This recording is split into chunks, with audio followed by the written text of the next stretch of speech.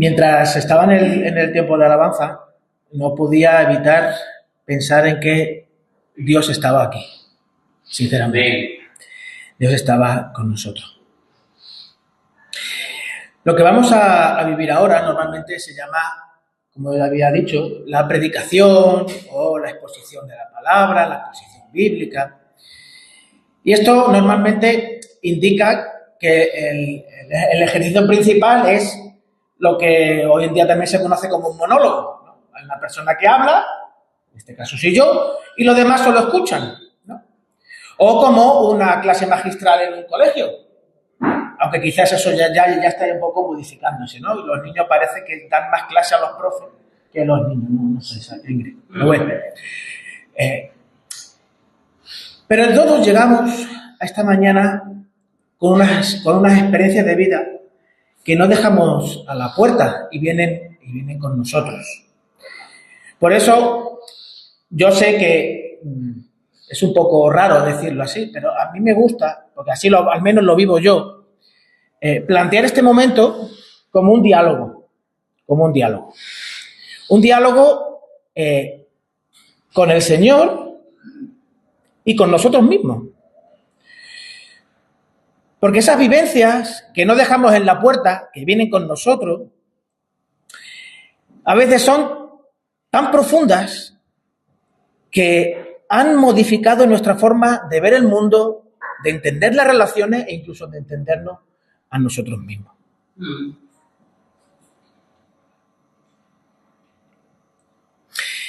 Esto que os comento de hacer un diálogo en este día o en este momento, no tendría que circunscribirse o estar cerrado a un momento como este. En realidad el Señor nos invita a hacerlo todos los días, a vivirlo todos los días, a acercarnos a Él y vivir en ese diálogo constante con el Señor. El texto sobre el que vamos a reflexionar, con el que vamos a tratar de dialogar, está en el libro de Isaías, pero no en el capítulo 1, sino en el capítulo 54. A los hermanos que estuvieron en la asamblea, pues les resultará familiar. Pero como el texto es tan rico, creo que la tapita de la que pudimos disfrutar en la asamblea, que duró pues 10 minutos, 15, pues resultó poco. A mí me resultó poco. Espero que os haya abierto el apetito a los hermanos que pudisteis estar en la asamblea. Isaías, se llama, el nombre propio de Isaías es Isaías ben Amós. Isaías ben Amós. Que eso se traduce como Isaías, hijo de Amós. Ese es el nombre de este hermano nuestro. Y vivió en el siglo VIII antes de Cristo. Y en los primeros versos que ya se había leído tan estupendamente, muestran la situación tan dura por la que está pasando el pueblo. Estamos hablando de que alrededor del año 700 antes de Cristo, esa situación de profunda corrupción en todos los ámbitos de la sociedad lo está viviendo Judá, lo está viviendo todo Israel.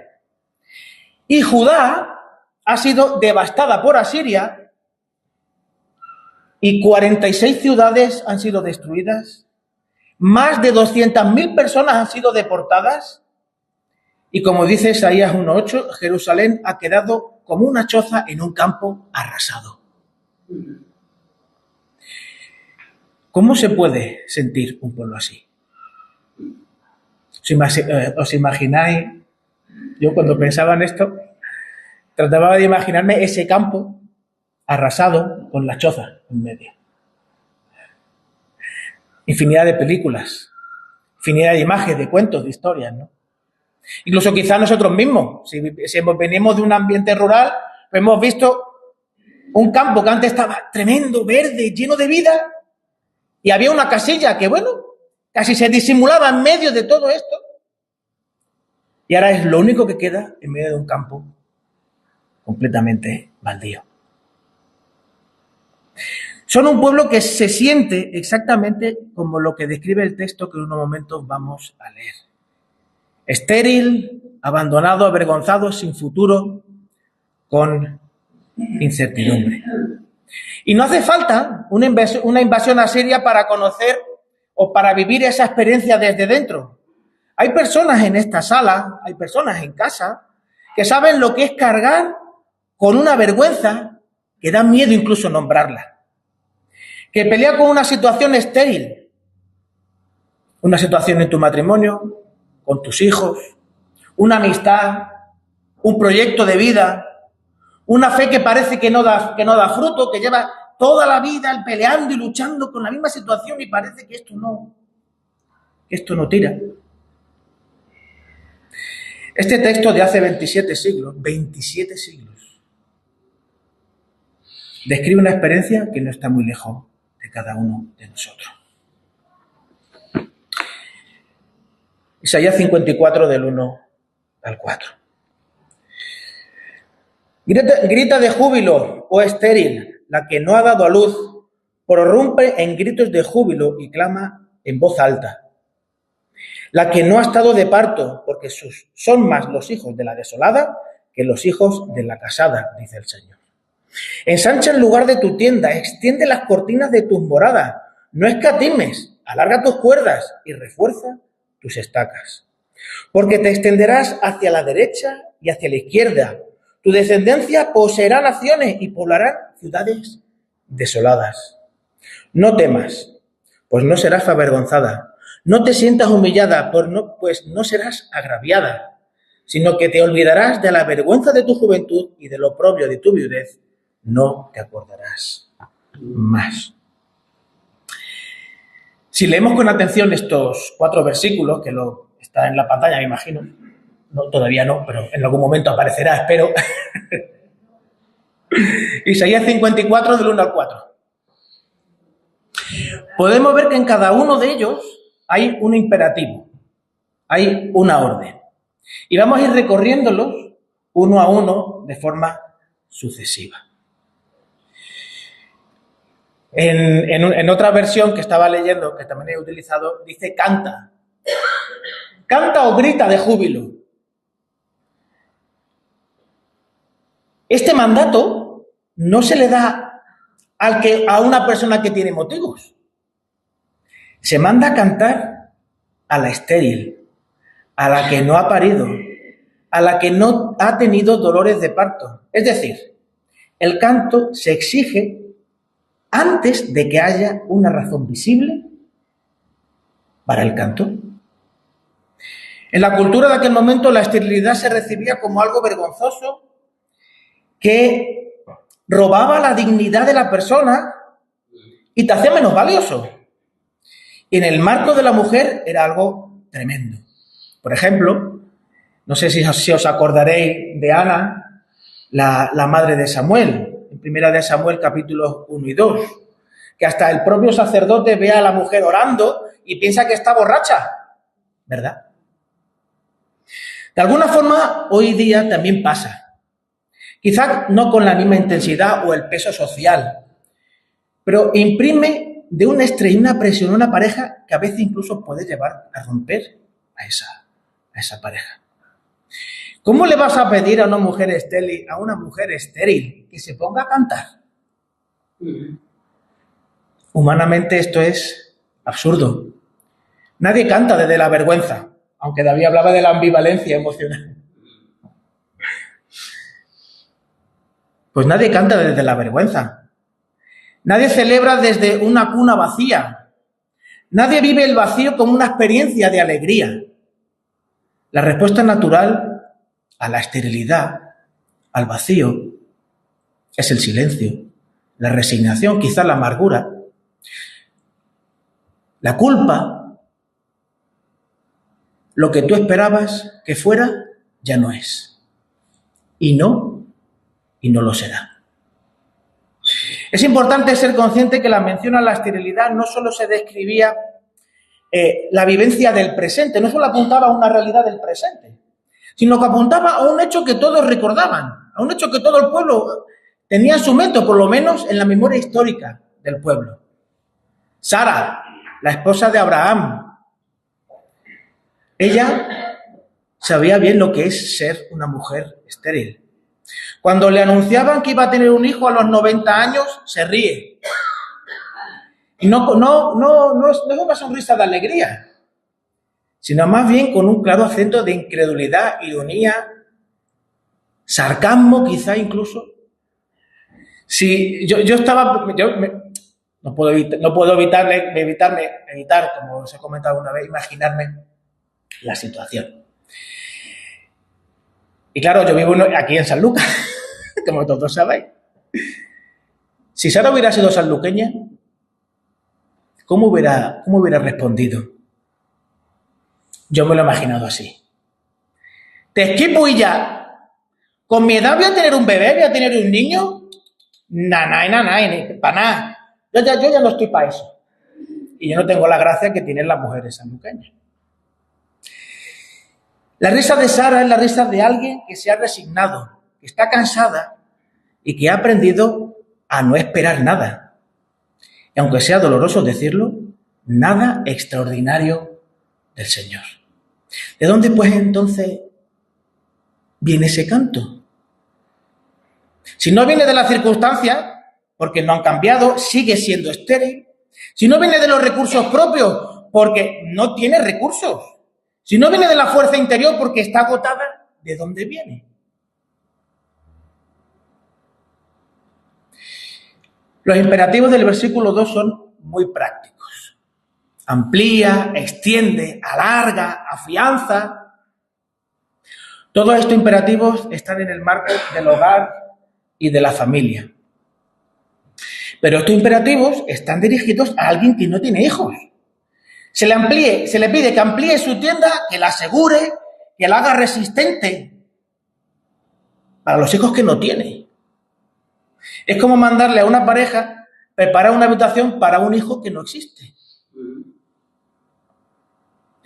Pero este tipo de peticiones no son ajenas a la vivencia y al conocimiento del pueblo. Por ejemplo, en Génesis 1, Dios no describe la luz que ya existe.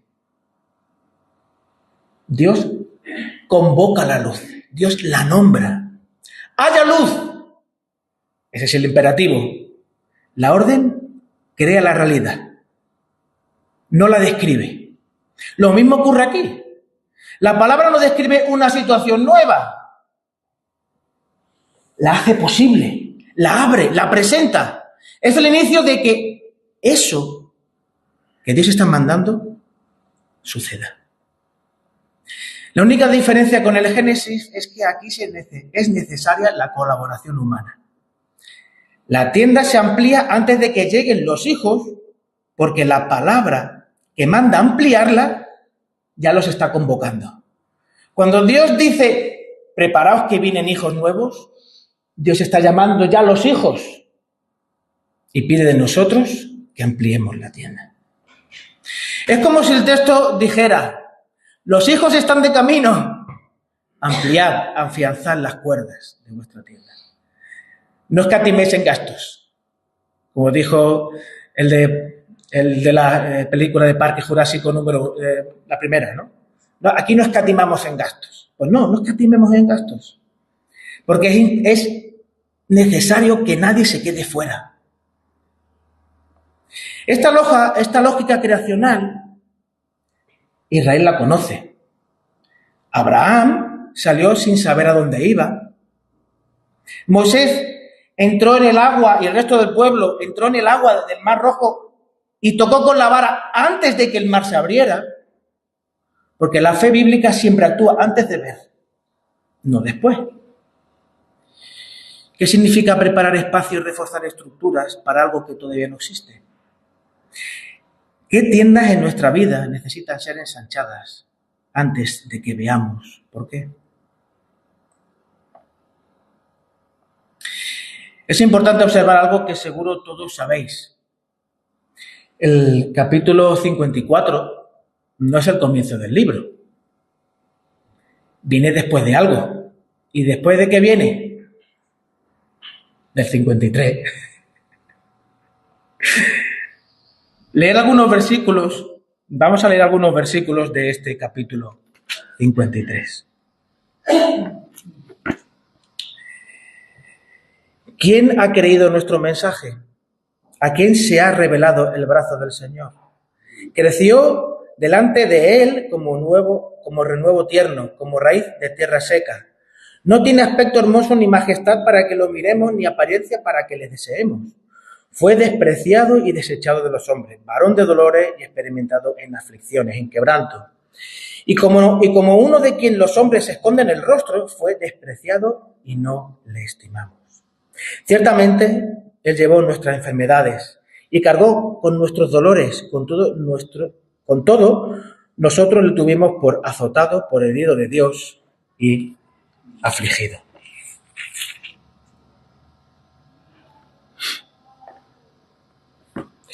Fue oprimido y afligido, pero no abrió su boca. Como cordero que es llevado al matadero y como oveja, que antes sus tranquiladores permanece muda, no abrió él su boca. Este texto de Isaías 53 es el último cántico o poema del siervo sufriente, despreciado, cargado con el dolor ajeno, contado entre los malhechores, cargó con el pecado, la vergüenza y el dolor. Todo un descenso, todo un proceso de hundirse cada vez de una manera más profunda en la oscuridad y en un fracaso aparente. ¡Canta, estéril! Eso es lo que dice. ¡Canta!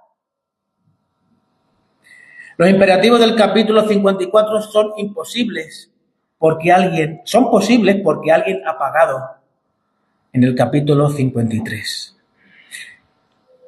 Lo que ese cántico hace posible es esa ampliación, ese dejar de temer, ese ser más fructíferos incluso en medio de una situación de esterilidad. La alegría de la mujer estéril no nace de sus fuerzas, nace del sufrimiento del siervo inocente que cargó con lo que ella no podía cargar. Pablo de Tarso en el Nuevo Testamento se hace eco de estas palabras y no duda en afirmar: al que no conoció pecado, lo hizo pecado por nosotros. Se hizo maldición por nosotros. El canto es posible, el canto de la estéril es posible, porque alguien descendió hasta el lugar donde nosotros no podíamos subir, desde el lugar donde estábamos. Esto es algo que cuando lo preparaba me sobrecogía. Estas palabras del profeta Isaías, del capítulo 53, se cumplen 700 años después, más tarde, en la cruz y en la resurrección. ¿No es flipante? Isaías no tenía ni idea de quién era Jesús y Dios ya está revelándole cosas que ojo no vio, ni oído yo, ni ha caído en corazón humano.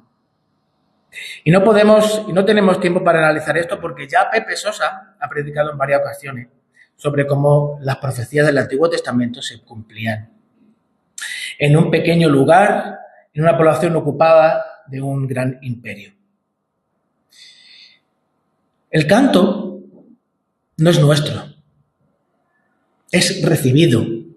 Es el fruto de una gracia que viene de fuera y que te invade y llena precisamente ese vacío que nosotros no podíamos llenar.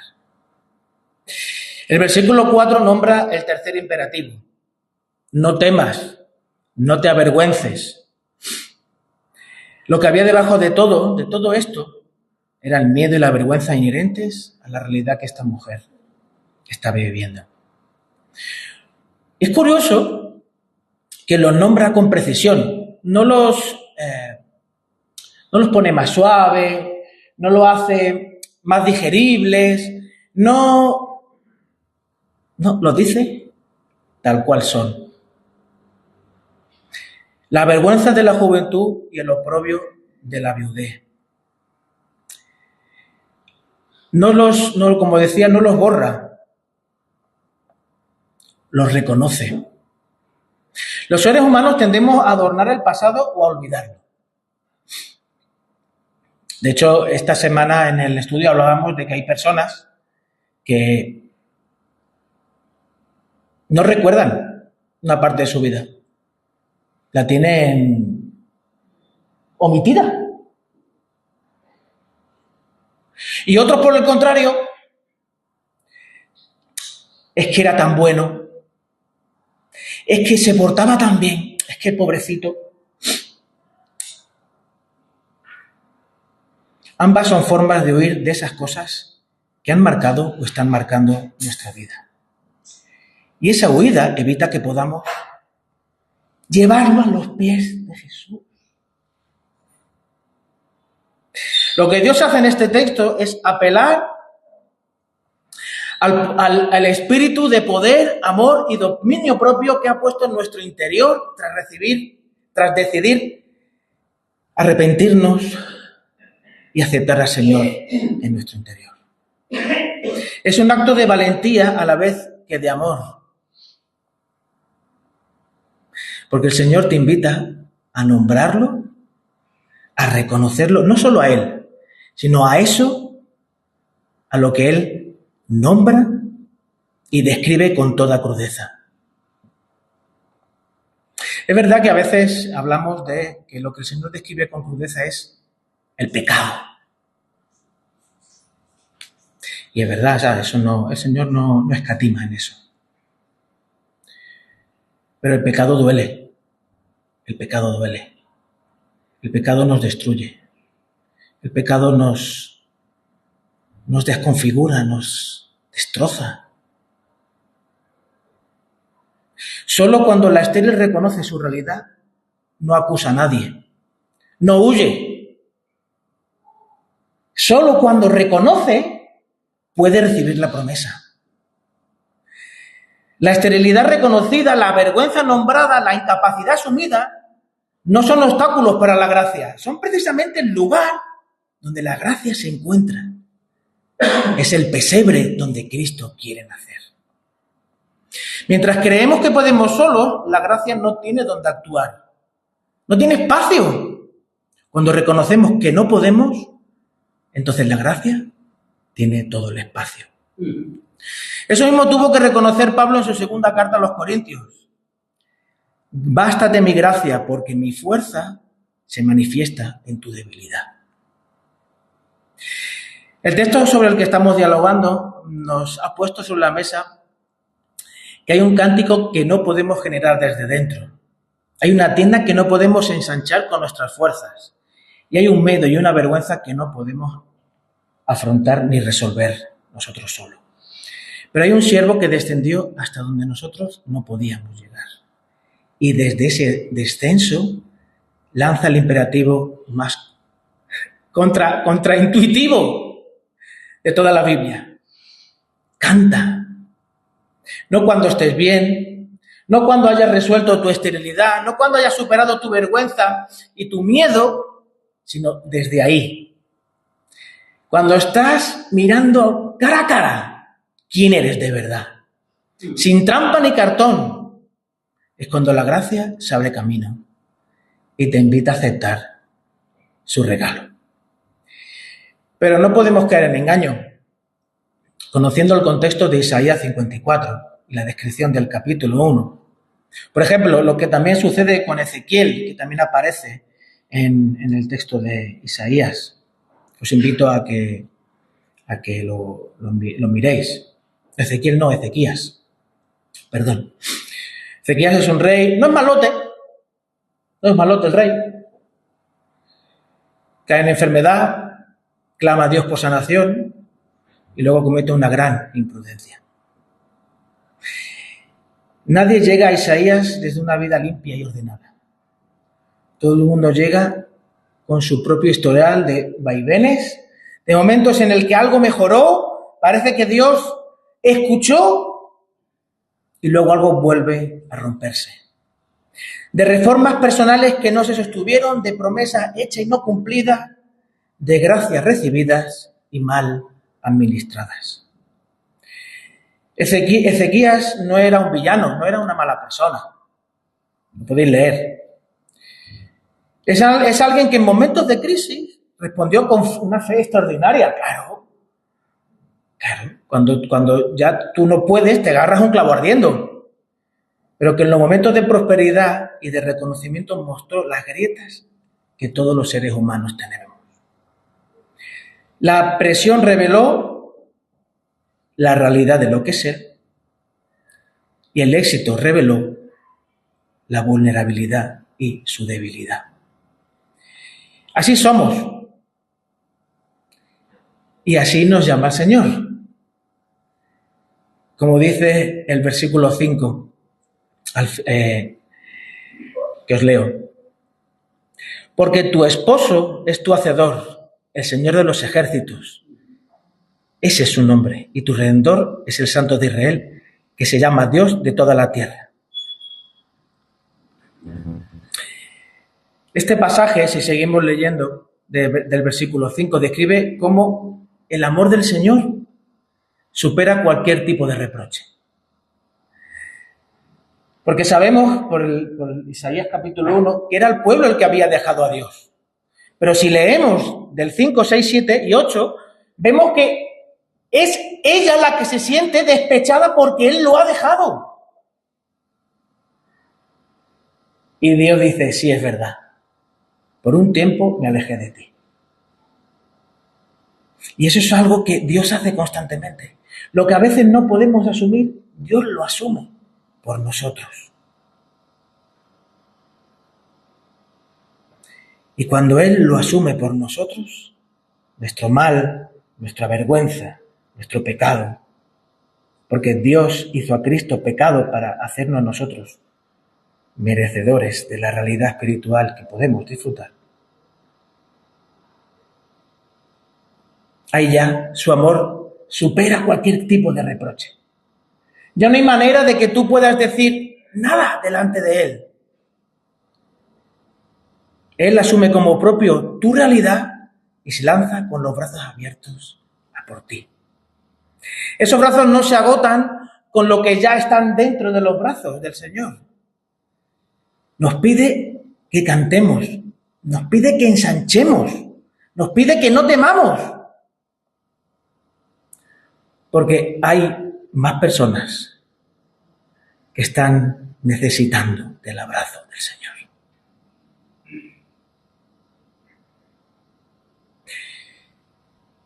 El pasado está para enseñarnos, no para frenarnos. La fidelidad del Señor es para siempre. Pero ¿cuándo comienza la fidelidad del Señor? Ahora. Mañana cuando te levantes. Somos muy dados a entender conceptualmente las realidades espirituales, pero vivirlas, a eso nos llama el Señor. Observa que todo cambio está motivado por el Señor. En este pasaje, como mencionaba también en la asamblea, viene de una situación dramática en la que, como comentaba, el rey Ezequías le cometió la imprudencia de enseñar todos los tesoros, todo, no se escondió nada delante de los mensajeros babilónicos. Y Isaías le dice, chacho, esto que has hecho va a provocar la ruina del país. Va a provocar la ruina del país. Qué situación de profunda angustia ser consciente que, no sé si os ha pasado a vosotros, ¿no? Pero a mí sí. Algo que hiciste con buena intención, algo que has hecho y que te ha llevado a, bueno, mira, es que lo hice y es un gran desastre, es un gran desastre.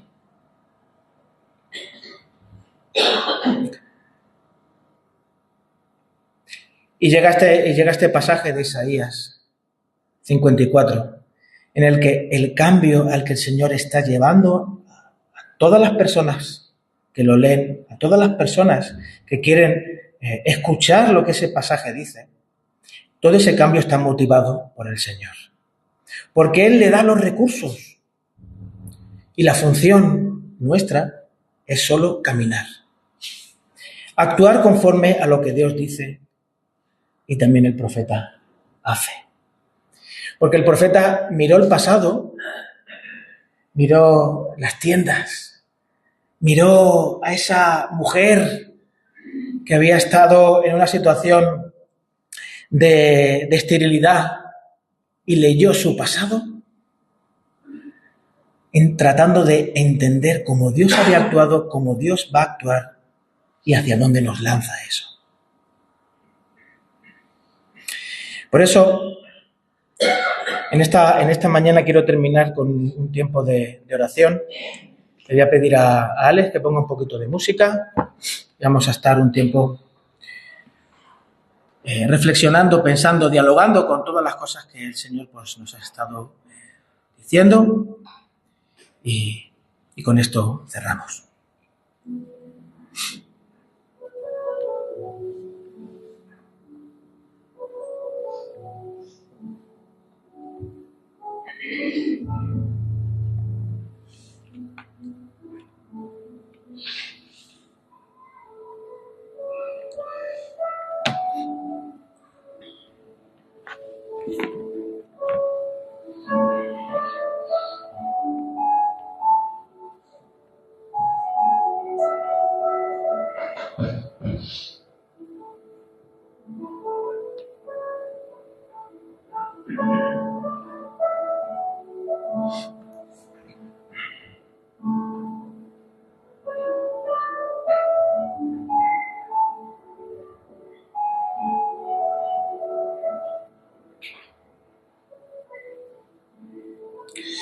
Señor, te agradecemos el poder estar juntos en esta mañana.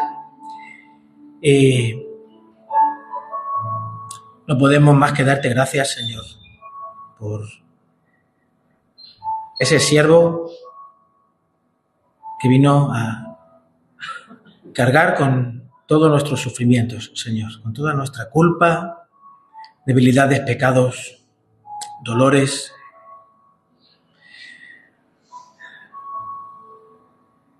Gracias, Señor.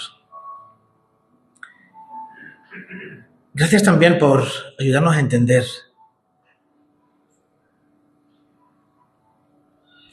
que solo cuando reconocemos quiénes somos realmente frente a ti, frente a tu obra, Señor, es el momento en el que podemos disfrutar de la gracia que nos levanta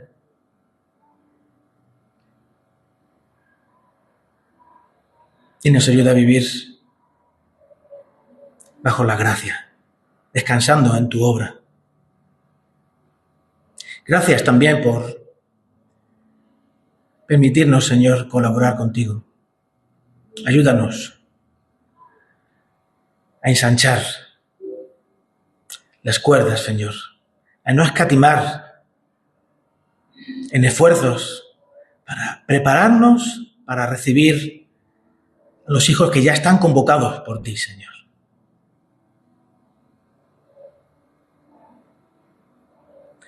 Es tan precioso observar que solo tenemos que prepararnos para recibirlos, porque tú ya, Señor, lo estás trayendo.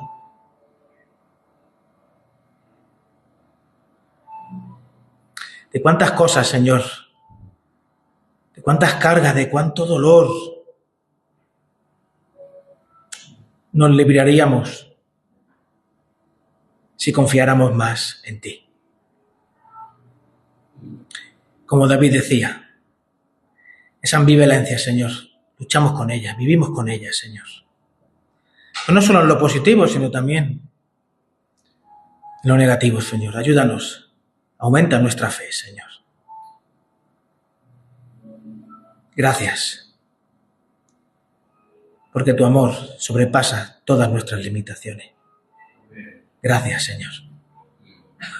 En tu nombre, amén.